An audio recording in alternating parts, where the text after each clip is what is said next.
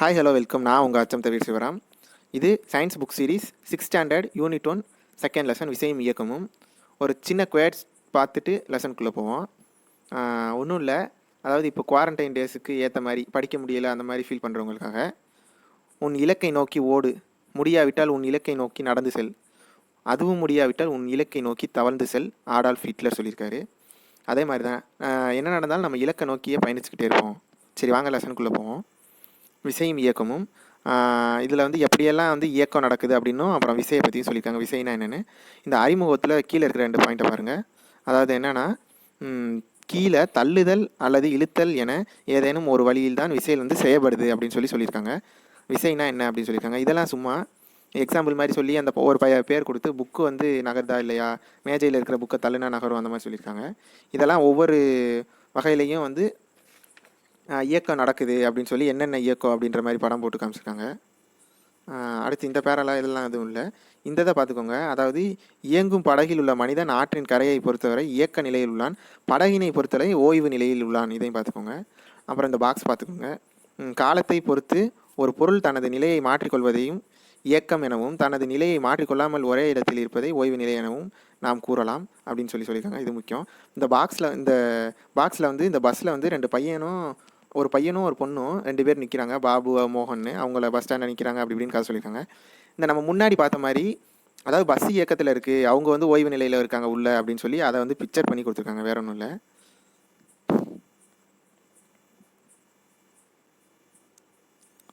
அடுத்ததாக வந்து இந்த இந்த இந்த இடத்துல பாருங்கள், பூமியானது தனது அச்சை பற்றி சுற்றி கொண்டுள்ளது அப்படின்னு சொல்லி போட்டிருக்காங்க. அடுத்து என்பதனை நாம் அறிவோம், அப்படியெனில் பூமியில் உள்ள மேஜையும் அதன் மேல் உள்ள புத்தகமும் இயங்கி கொண்டிருக்கிறதா, நாமும் பூமியோடு இணைந்து இயக்க நிலையில் இருக்கிறோம் அப்படின்னு சொல்லியிருக்காங்க. இது ரொம்ப முக்கியம். எனவே நாம் காணும்போது புத்தகமானது ஓய்வு நிலையில் உள்ளதாக தெரிகிறது. அப்போ புத்தகம் ஓய்வு நிலையில் இருக்குது, நம்ம இயக்க நிலையில் இருக்கோம், பூமி சுற்றிக்கிட்டு இருக்கனால அப்படின்னு சொல்கிறாங்க. வேறு எதுவும் தேவையில்லை. இந்த பாக்ஸுக்கு பாருங்கள், இந்த பாக்ஸை இந்தியாவின் பழங்கால வானியலாளர் ஆரியபட்டா, இது ரொம்ப முக்கியம். அப்புறம் எவ்வாறு நீங்கள் ஆற்றில் ஒரு படகில் செல்லும்போது ஆற்றின் கரையானது உங்களுக்கு பின்புறம் எதிர் திசையில் செல்வது போல தோன்றுகிறதோ, அது போலவே வானில் உள்ள நட்சத்திரங்களை நாம் காணும்போது அது கிழக்கிலிருந்து மேற்கு செல்வதாக தோன்றுவதால் நிச்சயம் நமது பூமி மேற்கிலிருந்து கிழக்காக சுற்ற வேண்டும் என்று அனுமானித்தார். பிறரிடம் விவாதித்தும் நூல்களை வசித்தும் மேலும் கற்றுக்கொள்க அப்படின்னு சொல்லி போட்டிருக்காங்க. இதில் ரொம்ப முக்கியமே வந்து இந்தியாவின் பழங்கால வானியலாளர் ஆரியப்பட்டா. அதுக்கப்புறம் நம்ம பூமி வந்து மேற்கிலேருந்து கிழக்காக சுற்றுது. அவ்வளோதான், வேறு தேவையில்லை. இந்த இதை பாருங்கள், ஓய்வு நிலை அல்லது இயக்க நிலை என்பது அதனை காண்பவர் நிலையை பொறுத்து மாற்றக்கூடியதாகையால் அதனை சார்புடையவை என்கிறோம் அப்படின்னு சொல்லியிருக்காங்க. அதை பார்த்துக்கோங்க. அப்புறம் வேறு வந்து, அதாவது இங்கே பாருங்கள், இதில் வந்து கீழே லாஸ்ட்டில் தள்ளுதல் என்ற நிகழ்வானது மனிதர்கள் அல்லது விலங்குகள் போன்ற உயிருள்ள பொருட்களினால் ஏற்படுவதனால் அது வந்து உயிருள்ள புறக்காரணிகள் அப்படின்னு சொல்கிறாங்க. இந்த பாக்ஸை பாருங்கள். பொருட்களின் மீது உயிருள்ள அல்லது உயிரற்ற காரணிகளால் செயல்படுத்தப்படும் தள்ளுதல் அல்லது இழுத்தல் விசை என அழைக்கப்படுகிறது. இது உயிருள்ள காரணி உயிரற்ற காரணின்னு சொல்லி பிரிச்சிருப்பாங்க, அதை மட்டும் பார்த்துக்கிட்டா போதும். இங்கே இதுலேயும் கீழே பாயிண்ட்டை பாருங்கள். தள்ளுதல் அல்லது இழுத்தல் என்ற நிகழ்வானது உயிரற்ற பொருட்களின் ஏற்படுவதால் இவை உயிரற்ற புறக்காரணிகள் என அழைக்கப்படுகின்றன அப்படின்னு சொல்கிறாங்க. அதே மாதிரி இங்கே பாருங்கள், மேற்கூறிய நிகழ்வுகளில் விசையானது பொருளினை தொடுவதன் மூலம் செயல்படுவது வந்து தொடு விசை, எந்த தொடுதலும் இல்லாமல் நடக்கிறது தொடா விசை அப்படின்னு சொல்லி போட்டிருக்காங்க. வேறு எதுவும் தேவையில்லை. அதாவது புவி ஈர்ப்பு விசை வந்து அதுக்கு உதாரணம் அப்படின்னு சொல்லியிருக்காங்க. எதுக்குன்னா தொடா விசை அந்த அதுக்கு. அடுத்து வந்து புவி ஈர்ப்பு விசை, காந்தத்தின் ஈர்ப்பு விசை அப்படி சொல்லியிருக்காங்க. அப்புறம் விசை வந்து எப்படிலாம் பிரியுதுன்னு போட்டிருக்காங்க. உயிருள்ள காரணிகளால் நடக்கிறது, உயிரற்ற காரணிகளால் நடக்கிறது, தொடு விசை தொடா விசை அப்படின்னு பிரிச்சிருக்காங்க அப்படின்னு சொல்லி போட்டிருக்காங்க. வேறு தேவையில்லை. அடுத்த பக்கம் பார்ப்போம்.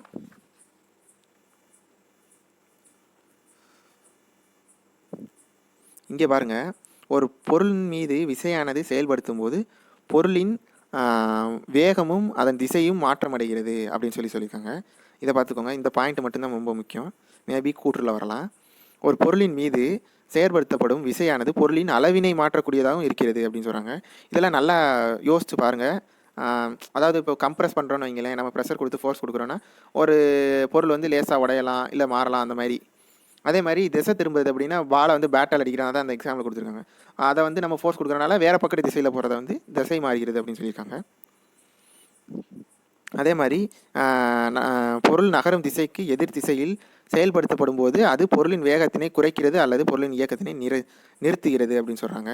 இது நமக்கு தெரியும். அப்புறம் இங்கே பாருங்கள், ஒரு பொருளின் இயக்க நிலையோ அல்லது ஓய்வு நிலையோ மாற்ற வல்லதும் பொருளின் வேகத்தை அதிகரிக்கவோ அல்லது குறைக்கவோ செய்வதையும் இயக்க நிலை நிறுத்தவும் திசையை மாற்றவும் மற்றும் பொருளின் வடிவத்தை அதிகரிக்கவோ குறைக்கவோ செய்யவும் இயலும் காரணி விசை என அழைக்கப்படுகிறது. இது இப்படிலாம் நடக்கிறதுக்கு பேர் காரணி விசை அப்படின்னு சொல்கிறாங்க. இதை நம்ம முன்னாடியே பார்த்துட்டோம். அதான் அந்த ஃபஸ்ட்டு வந்து அதாவது டேரக்ஷன் சேஞ்ச் ஆகுது, வேகத்தை சேஞ்ச் பண்ணுறாங்க, அப்புறம் ஷேப்பு சேஞ்ச் ஆகலாம் அப்படின்னு சொல்கிறாங்க. ஒன்று நிறுத்தப்படலாம், இல்லைனா வந்து குறைக்கவோ வேகத்தை குறைக்கவோ இல்லை வந்து நிப்பாட்டவோ முடியும் அப்படின்னு சொல்கிறாங்க. வேறு எதுவுமே தேவையில்லை. அதை தான் கீ பாயிண்ட்டாக போட்டிருக்காங்க. இது நம்ம முன்னாடியே பார்த்த அந்த பாயிண்ட்டு தான். அந்த 3 பாயிண்ட்டு, ஒன்று என்னென்னா பொருள் வந்து ஒன்று ஓய்வு நிலையில் இருக்கும், இல்லை இயக்க நிலையில் இருக்கும், இல்லைன்னா வந்து மாற்றமாகும். இது ரெண்டுக்குள்ளே தான் மாற்றமாகும் அப்படின்னு சொல்லியிருக்காங்க. இன்னொன்று வந்து பொருள் வந்து நம்ம முன்னாடி சொன்ன மாதிரி தான், ஒன்று திசையிலையோ இல்லை வேகத்திலேயோ வந்து மாற்றம் அடையும், இல்லைன்னா வந்து பொருளோட வடிவத்தில் மாற்றம் அடையும் அப்படின்னு சொல்லி பார்த்தா அந்த 3 பாயிண்ட்டாக கொடுத்துருக்காங்க. அடுத்து அப்படியே கீழே விசை வந்து தொடு விசை தொடா விசை அப்படின்னு சொல்லி கொடுத்துருக்காங்க. அதை முன்னாடியே பார்த்துட்டோம். தொடு விசைக்கு எடுத்துக்காட்டு கால்பந்து விதைத்தல்னு போட்டிருக்காங்க. தொடா விசைக்கு எடுத்துக்காட்டு வந்து காந்தம் இரும்பை கவர்தல், இதுக்கு முன்னாடியே பார்த்தோம் புவி ஈர்ப்பு விசை, அது மாதிரி அதெல்லாம் சொல்லியிருக்காங்க. இதில் வேறு ஒன்றும் இல்லை. கீழே வந்து பென்சிலை வச்சு வட்டப்பாதை இயக்கத்துக்கு வந்து உதாரணம் மாதிரி கொடுத்துருக்காங்க, அது தேவையில்லை.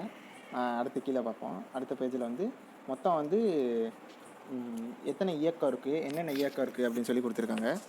அதாவது மொத்தம் 4 வகையான இயக்கம் இருக்குது. அது என்னென்னு கொடுத்துருக்காங்க. சுழற்சி இயக்கம், வட்டப்பாதை இயக்கம், நேர்கோட்டு இயக்கம், அலைவு இயக்கம். அது இந்த பாக்ஸில் பார்த்தீங்கன்னா வந்து இன்னும் எக்ஸ்ட்ராவாக கொடுத்துருப்பாங்க. நீங்கள் அந்த பாக்ஸையும் நல்லா ரெஃபர் பண்ணி பார்த்துக்குறோம் நம்ம.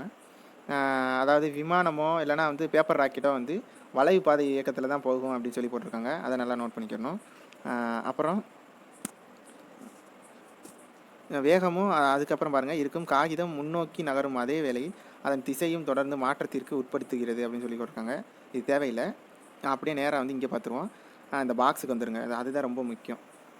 நேர்கோட்டு இயக்கம் வந்து என்ன அப்படின்னு சொல்லி கொடுத்துருக்காங்க. ஒரு இயக்கன்றது வந்து பொருளானது நேர்கோட்டு பாதையில் இயங்கும். நேர்கோட்டு பாதையில் நடந்து சென்று கொண்டிருக்கும் மனிதனு தானாக கீழே விழும் பொருள், அந்த மாதிரி இது ரெண்டும் தான் வந்து எடுத்துக்காட்டு. அதாவது வளைவு பாதை இயக்கம்னா பொருளானது முன்னோக்கி சென்று கொண்டிருக்கும் போதே தனது பாதையில் தனது திசையை தொடர்ந்து மாற்றிக்கொண்டே இருக்கும். எடுத்துக்காட்டு வந்து பந்தினை வீசுதல் அப்படின்னு சொல்லியிருக்காங்க. இதுக்கு முன்னாடி அந்த எக்ஸாம்பிள் பார்த்தோம். அதாவது வந்து ராக்கெட்டு, ஏவுகணை, விமானம் எல்லாமே வந்து வளைவு பாதை இயக்கன்றதை நோட் பண்ணிக்குவோம். அடுத்து வட்டப்பாதை இயக்கம். ஒரு பொருள் வட்டப்பாதையில் இயங்கும். எடுத்துக்காட்டு கயிற்றின் ஒரு முனையில் கல்லினை கட்டி சுற்றுதல். அடுத்து தற்சுழற்சி இயக்கம். ஒரு பொருள் அதன் அச்சினை மையமாக கொண்டு சுற்றும் அப்படின்றாங்க. அது வந்து எடுத்துக்காட்டு வந்து பம்பர இயக்கம், பம்பரத்தின் இயக்கம்னு போட்டிருக்காங்க. அதையும் நோட் பண்ணிக்கோங்க. இந்த எக்ஸாம்பிள்லாம் ரொம்ப ரொம்ப முக்கியம். அலைவு இயக்கம். ஒரு பொருள் ஒரு புள்ளியை மையமாக கொண்டு ஒரு குறிப்பிட்ட கால இடைவெளியில் முன்னும் பின்னுமாக அல்லது இடம் வளமாக மாறி மாறி நகர்தல் தனி ஊசல். இது ரொம்ப முக்கியம். அதாவது கால இடைவெளின்றது வந்து இதுக்கு மட்டும்தான் சூட் ஆகும். அதனால் இதை பார்த்துக்கோங்க. ஒழுங்கற்ற இயக்கம். ஒரு இயக்கம் அல்லது வந்து மக்கள் நெருக்கமாக இருக்கிற தெருவில் நகர்ந்து தெரிகிற மக்களை வந்து சொல்கிறாங்க. அது 2 எடுத்துக்காட்டுங்க. அந்த இதில் வந்து 4 இயக்கம்னு கொடுத்துருப்பாங்க. ஆனால் அந்த பாக்ஸில் 6 இயக்கம் இருக்கும். இதே பார்த்துக்கோங்க 6 இயக்கத்தை. அடுத்து வந்து அதிவேகத்தில் இயங்கும் அலைவு இயக்கம் அப்படின்னு சொல்லி கொடுத்துருக்காங்க. உங்கள் நண்பரை ஒரு ரப்பர் பேண்டின் இரு முனைகளையும் நன்றாக இழுத்து பிடித்து கொள்ளுமாறு சொல்லவும். இப்போது நீங்கள் ரப்பர் பேண்டின் மைய பகுதியை இழுத்து விடுங்கள்.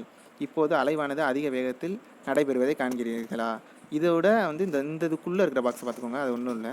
அலைவானது அதிவேகமாக நடைபெறும் போது நாம் அவ்வியக்கத்தினை அதிர்வுறுதல் என அழைக்கிறோம். அப்போ அதிவேகமாக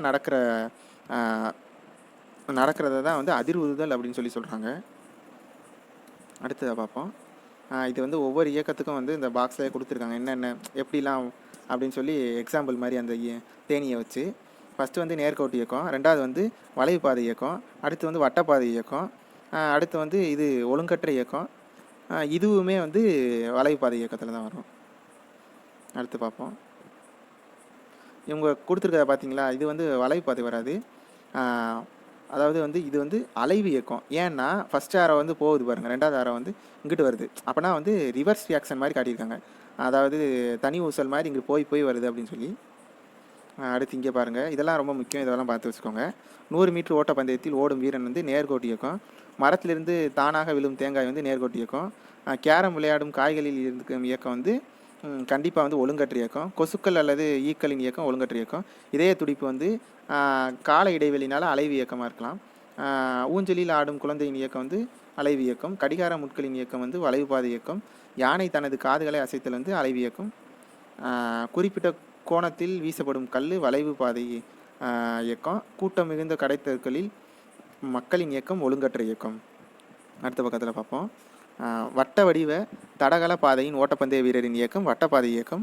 பூமியை சுற்றி வரும் நிலவின் இயக்கம் வட்டப்பாதை இயக்கம். கால்பந்தாட்ட மைதானத்தில் உதைக்கப்படும் பந்தின் இயக்கம் அது வந்து எப்படி சொல்கிறதுன்னா அலைவு இயக்கம். பால் வந்து போய் இப்படி போகிறத நீங்கள் பார்த்துருப்பீங்க. அப்புறம் பம்பரத்தின் இயக்கம் வந்து தற்சுழற்சி இயக்கம். சூரியனை சுற்றும் பூமியின் இயக்கம் வந்து சூரியனை வந்து பூமியை சுற்றி வர்றது வந்து வட்டப்பாதை இயக்கம். அதே வந்து பூமி தன்னைத்தானே சுற்றிக்கிறது வந்து தற்சுழற்சி இயக்கம். தனி ஊசலின் இயக்கம் வந்து அலைவு இயக்கம். ஏன் தற்சுழற்சி இயக்கம்னு உங்களுக்கு தெரியும். நம்ம மிட் பாயிண்ட் வந்து அது வந்து நடுவில் வச்சு தற்சுழற்சினா பம்பரத்தோட இயக்கம் மாதிரி சுற்றிக்கிறது அப்படின்றத சொல்கிறேன். அடுத்து வந்து தனி ஊசலின் இயக்கம் அலைவு நம்ம பார்த்துட்டோம். சறுக்கு பாதையின் சறுக்கு வரும் குழந்தையின் இயக்கம் வந்து வட்டப்பாதை இயக்கம். நாய் தனது வாலினை ஆட்டுவது அந்த அது வந்து எப்படி சொல்கிறதுனா வந்து மேபி வந்து அதை வந்து ஒழுங்கற்ற இயக்கம்னு சொல்லலாம், இல்லை அலைவு இயக்கம்னு சொல்லலாம். காற்றில் ஆடும் கொடியின் இயக்கம் ஒழுங்கற்ற இயக்கம். வளைவு பாதையின் செல்லும் காரின் இயக்கம் வளைவு பாதை. மரம் வெட்டுபவர் ரம்பத்தால் மரத்தை அறுத்தல் வந்து அலைவு இயக்கம்.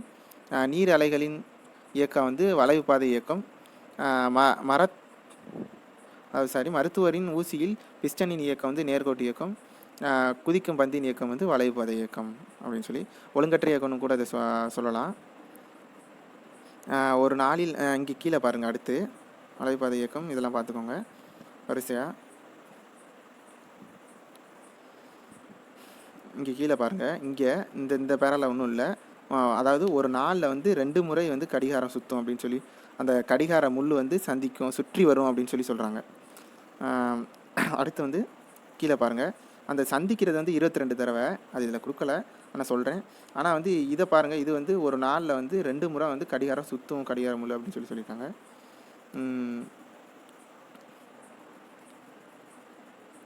இங்கே குதிக்கும் பந்தை கவனி அப்படின்னு சொல்லி போட்டு வரிசையாக போட்டிருக்காங்க. அதாவது வந்து ஒரு குறிப்பிட்ட கால இடைவெளிக்கு மீண்டும் மீண்டும் குதித்து எழுகிறது. ஒரு நீர் பரப்பை கவனி. குறிப்பிட்ட கால இடைவெளிக்கு மீண்டும் மீண்டும் அலைகள் கரை. இது வந்து கால இடைவெளியில் நடக்குது. கால ஒழுங்கு இயக்கம் கால ஒழுங்கற்ற இயக்கம் 2ஆக பிரிச்சிருக்காங்க. அதாவது கரெக்டாக டைமிங்குள்ளே நடக்குதுன்னா அதை வந்து கால ஒழுங்கு இயக்கன்றாங்க. டைமிங்குள்ளே நடக்காததை ஒழுங்கற்ற இயக்கம்னு சொல்லியிருக்காங்க. அது என்னென்னு பார்த்துக்கோங்க. பந்தை சொல்கிறாங்க, கடல் அலையை சொல்கிறாங்க, அப்புறம் வந்து வேறு வந்து ஊசல் தனி ஊசல் அதையும் சொல்கிறாங்க. இதை வந்து கொடி ஆடுறத சொல்கிறாங்க. அப்புறம் வந்து நாய் வாலாடுறத கூட சொல்கிறாங்க.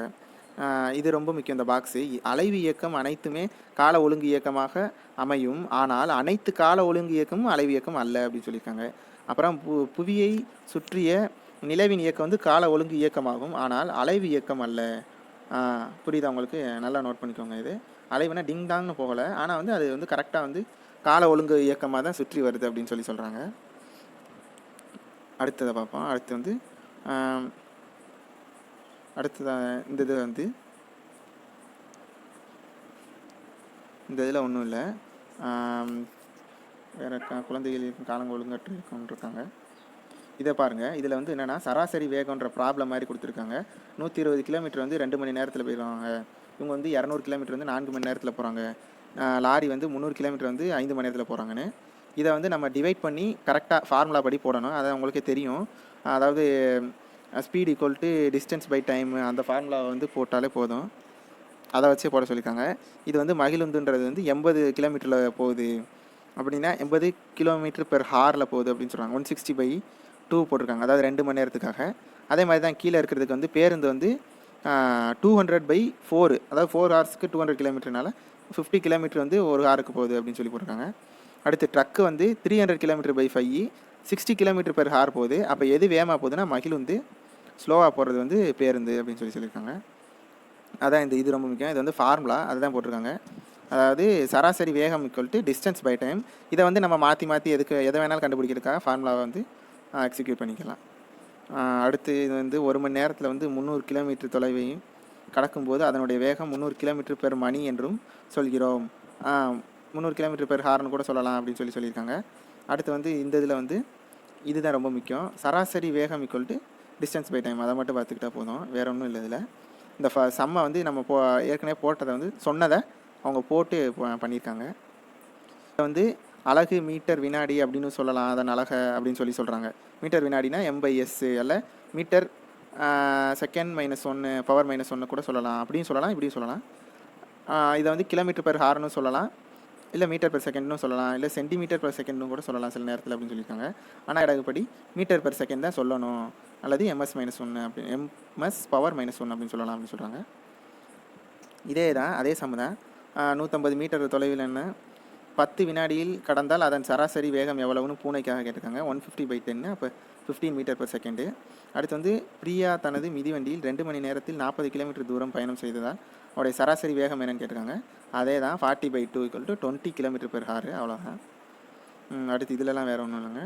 இது வந்து இந்த பாக்ஸை மட்டும் பார்த்துக்கோங்க. ஒரு பொருள் பயணம் செய்ய வேகமும் அப்பொருள் அப்பயணத்திற்காக எடுத்துக்கொண்ட காலமும் நமக்கு தெரியுமானால் நம்மால் அப்பொருள் கடந்த தொலைவினையும் காண முடியும் அப்படின்னு சொல்கிறாங்க. தொலைவும் இல்லை, டைமையும் சேர்த்தே கூட கண்டுபிடிக்கலாம். அதாவது ஸ்பீடு, டிஸ்டன்ஸு, டைமு, இதில் எந்த ஒன்று இல்லைனாலும் மீத 2 இருந்தால் அதை வச்சு கண்டுபிடிக்கலாம். அதே தான் அந்த ஃபார்முலாவை மட்டும் மாற்றி போட்டுக்கலாம் அப்படின்னு. இப்போ distance equal to speed into time, அவ்வளோதான், அதை வச்சு கண்டுபிடிக்கலாம் அப்படின்னு சொல்லி போட்டிருக்காங்க. அதை அந்த சம்மையே போட்டிருக்காங்க. Speed equal to 50, time equal to 5னா அப்போ 50/5 அப்படி சொல்லி போட்டிருக்காங்க. 50 × 5 வரும், அப்போ 250 கிலோமீட்ரு டிஸ்டன்ஸு அப்படின்னு சொல்லி போட்டிருக்காங்க. இதுவும் அப்படி தான், 300/50 கிலோமீட்ரு பெர் ஹாரு. டைம் எப்படி கண்டுபிடிக்கிறதுன்னு போய் போட்டிருக்காங்க. T = D/S, அப்போ 300/50 = 6 ஹவர் அப்படின்னு போட்டிருக்காங்க. இது வந்து நீங்கள் வந்து இந்த மேலே இருக்கிற பாயிண்டில் வந்து நீங்கள் ஓடி உங்கள் டைமிங்கை வந்து கால்குலேட் பண்ணுங்கன்னு போட்டிருக்காங்க. அது தேவையில்லை நமக்கு இந்த செயல்பாடு. அடுத்து இது ரொம்ப முக்கியம். உசைன் போல்ட் வந்து தன்னோட 100 மீட்ரு தூரத்தினை 9.58 வினாடிகளில் கடந்தது உலக சாதனை படைத்தவர் அப்படின்னு சொல்லி போட்டிருக்காங்க.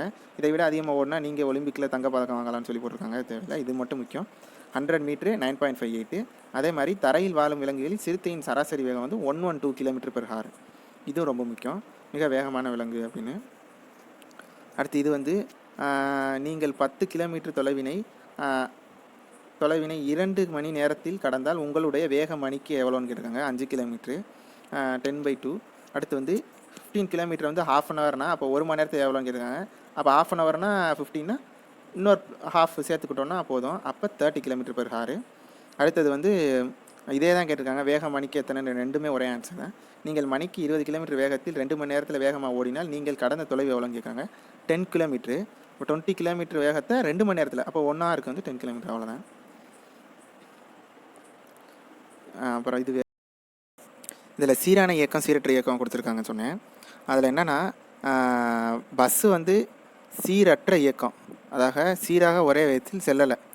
அதே வந்து ட்ரெயின் வந்து சீரான வேகத்தில் போகிறனால ட்ரெயின் வந்து சீரான வேகத்துக்கு எடுத்துக்காட்டு அப்படின்னு சொல்லி தான் இந்த பேராஃபுல்லாக கொடுத்துருக்காங்க. இந்த சீட்டா வந்து முன்னாடி பார்த்துட்டோம்.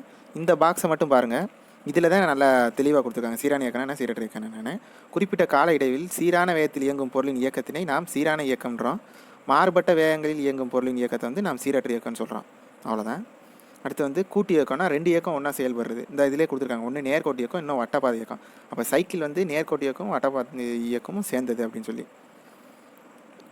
பெரும்பாலான இயக்கங்கள் சீரற்ற இயக்கமாக இருக்குமா, அதை சொல்லியிருக்காங்க, அதை பார்த்துக்கோங்க.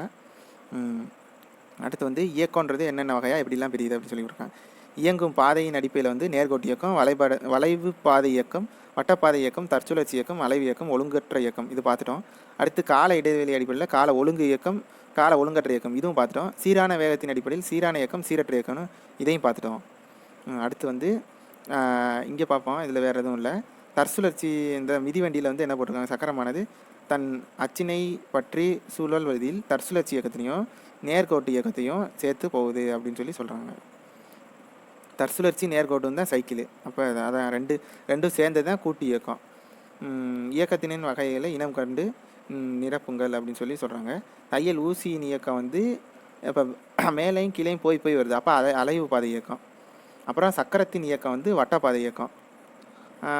அப்புறம் வந்து இப்போ சக்கரம் வந்து வட்டப்பாதைன்னு சொல்லலாம். ஆனால் வந்து ஒரு புள்ளியை வந்து மையமாக வச்சு போகுது வருதுன்னா அப்போ வந்து அதை வந்து இதுன்னு சொல்லலாம். அதாவது என்னென்னா தற்சுழற்சி இயக்கமாகவும் சொல்லலாம். இது ரெண்டில் எது வேணாலும் எடுத்துக்கலாம். மிதிப்பானின் இயக்கம் வந்து அலைவு இயக்கம், மேலே கீழே போயிட்டு வருது. அடுத்ததாக பார்ப்போம். அடுத்து இதில் வந்து என்னென்னா அவ்வளோதான், இந்த லெசன் முடிய போகுது. நேர்கோட்டு இயக்கமும் தற்சுழற்சி இயக்கமும் சைக்கிள்னு பார்த்துட்டோம். இங்கே வந்து இதில் வேறு ஒன்றும் இல்லை. ரோபோட்னா வந்து கீழே பாருங்கள், ரோபோட்டோ என்பது செக்கோஸ்லோவியா வார்த்தை, அதை பார்த்துக்கோங்க.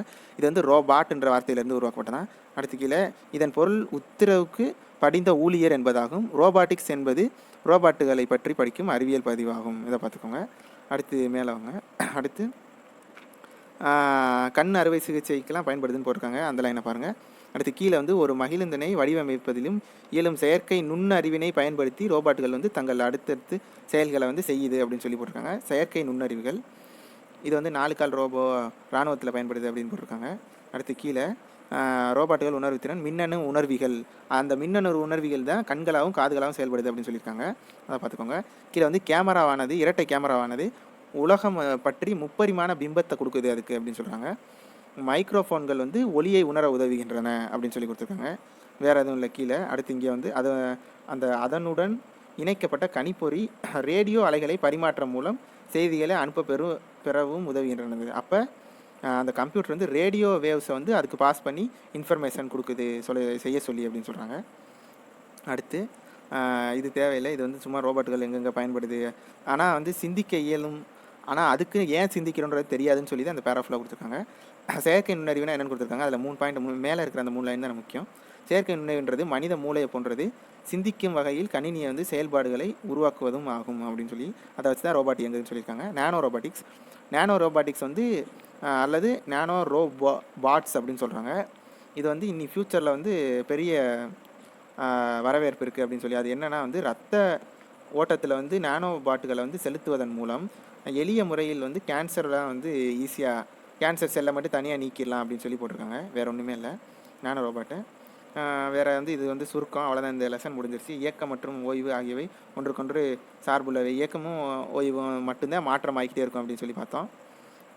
அப்புறம் இந்த பாயிண்டில் ஒன்றும் இல்லை. இதில் வந்து தள்ளுதல் அல்லது இழுத்தல்ன்றது தான் விசைன்னு பார்த்தோம். இது வந்து உயிரற்ற காரணி உயிருள்ள காரணி 2 வகையாக ஆகலாம் அப்படின்னு சொல்லி சொல்கிறாங்க. அடுத்து வந்து பொருள் மீது விசை வந்து பொருளை அமைதி நிலையிலேருந்து இயக்க நிலைக்கு மாற்றுது. அந்த 3 பாயிண்ட் பார்த்தோம்ல, வடிவம், திசை, அப்புறம் வந்து அதோட வேகம் நிறுத்தலாவோ இல்லை வேகமாகவோ மாற்றும் அப்படின்னு சொல்லி போட்டிருந்தாங்க. அதை பார்த்தோம், அவ்வளோதான். இதை பார்த்தோம். அடுத்து வேகத்தின் அளவு வந்து மீட்டர் பெர் செகண்ட், இது ரொம்ப முக்கியம். சில வினாடிகளின் விசைகள் வந்து தொடு விசையா அல்லது தொடா விசையாக இருக்கலாம். அப்புறம் சராசரி வேகத்தை கண்டுபிடிக்கிறது வந்து S டிஸ்டன்ஸ் பை டைம், அது ரொம்ப முக்கியம். இது பார்த்தா மீட்டர் பெர் செகண்டாக இருக்கும் வேகத்தோட SI யூனிட்டு. அடுத்து இது வந்து சீரான இயக்கம் அல்லது சீரற்ற இயக்கமாகவும் இருக்கலாம் அப்படின்னு சொல்கிறாங்க. அப்புறம் வந்து சிந்திக்க, அது ரொம்ப முக்கியம். எளிய காற்றாடியில் நேர்கோட்டு இயக்கமும் சுழற்சி இயக்கமும் சேர்ந்து இயங்குது. அதில் வந்து சைக்கிளில் நேர்கோட்டு இயக்கமும் தற்சுழற்சி இயக்கமும், இது ரெண்டையும் ரொம்ப முக்கியம், அதை பார்த்துக்கணும். சுழற்சி இயக்கமும் நேர்கோட்டு இயக்கமும் சேர்ந்து செயல்படுறது தான் வந்து எளிய காற்றாடி அப்படின்னு சொல்லி சொல்கிறாங்க. அவ்வளோதான், இந்த லெசன் முடிஞ்சது. அடுத்து வந்து புக் பேக் வாங்க பார்ப்போம். வேகத்தின் அலகு நம்ம பார்த்தோம். ஆன்சர் மீட்டர் பெர் செகண்ட், அதாவது மீட்டர் பை வினாடி அப்படின்னு சொல்லலாம். கீழ்கண்டவற்றில் எது அலைவுறு இயக்கம்? அதிர்வுறும் கம்பியின் முன்பின் இயக்கம் தான் அலைவுறு இயக்கன்றதை நம்ம பார்த்தோம். அடுத்து வந்து கீழ்கண்டவற்றில் சரியான தொடர்பினை தேர்ந்தெடு. சரியான தொடர்பு வந்து ஆப்ஷன் ஆ, அதாவது வேகம் தொலைவு பை காலம், S=d/t. அடுத்து வந்து கீதா தன் தந்தையின் வண்டியின் எடுத்துக்கொண்டு அவளுடைய மாமா வீட்டுக்கு போகிறா. அவள் வந்து 40 கிலோமீட்டர் 40 நிமிடத்தில் கிடக்கிறானா. அப்போ வந்து கீழே உள்ள வாக்கியத்தை பாருங்கள். கீதாவின் வேகம் 1 கிலோமீட்டர் பை நிமிடம், கீதாவின் வேகம் 1 கிலோமீட்டர் பை மணி. ஆனால் வந்து ஆன்சர் வந்து 1 கிலோமீட்டர் பை மணியாக தான் இருக்கணும். அவங்க கொடுத்த வாக்கியம் படி பார்த்தோன்னா வந்து ஆப்ஷன் ஆ தான், கூற்று 1 மட்டும்தான் சரி அப்படின்னு சொல்லி வருது. அடுத்தது வந்து இங்கே சரி தவறு பாருங்கள். மையப்புள்ளியை பொறுத்து முன்னும் பின்னும் இயங்கும் இயக்கம் வந்து அலைவு இயக்கம் சரி. அதிர்வு இயக்கம் சுழற்சி இயக்கம் கால ஒழுங்கு இயக்கமாகவும் தவறு. அடுத்து மாறுபட்ட வேகத்துடன் இயங்கும் வாகனத்தின் இயக்கம் ஒரு சீரான இயக்கம் தவறு. வருங்காலத்தில் மனிதர்களுக்கு பதிலாக ரோபோட்கள் செயல்படும் சரி. அடுத்து வந்து சாலையில் நேராக செல்லும் ஒரு வண்டியின் இயக்கம் டேஷ் நேர்கோட்டு இயக்கம். அடுத்து புவி ஈர்ப்பு விசை வந்து தொடா விசை. அவ்வளோதான். அடுத்து வந்து இது மேட்ச் த ஃபாலோயிங் 4 3 1 2 5. இது உங்களுக்கு பார்த்தோன்னே தெரியும், எக்ஸாம்பிளே இருக்கும், அதே பார்த்தோன்னே கண்டுபிடிச்சிடலாம். ஃபஸ்ட்டு நேர்கோட்டு இயக்கம், அடுத்து வந்து சுழற்சி இயக்கம், அடுத்து அலைவு இயக்கம், வட்ட இயக்கம், அடுத்து நேர்கோட்டு இயக்கம், சுழற்சி இயக்கம் சேர்ந்தது. அவ்வளோதான் இதோட. அடுத்து இங்கே பாருங்கள், மண்பாண்டம் செய்பவர் வந்து தற்சுழற்சி இயக்கம். ஒரு பொருள் சமகால இடைவெளியில் சமத்தொலைவை கடக்கும் அப்பொருளின் இயக்கம் சீரான இயக்கம். பந்தை உதைத்தல் தொடு விசை, இலை கீழே விழுதல் தொடா விசை. தொலைவு மீட்டர், வேகம் வந்து மீட்டர் பர் செகண்டு. சுழற்சி இயக்கம் பம்பரம் சுற்றுதல், அலைவு இயக்கம் தனி ஊசல். அவ்வளோதான் புக் பேக்கு. இதோடு இந்த லெசன் முடிஞ்சிச்சு. இனி அடுத்த லெசனில் பார்ப்போம். நம்ம சேனலை சப்ஸ்கிரைப் பண்ணாதவங்க சப்ஸ்கிரைப் பண்ணிடுங்க. அப்புறம் லைக் பண்ணுங்கள், ஷேர் பண்ணுங்கள், கமெண்ட் பண்ணுங்கள்.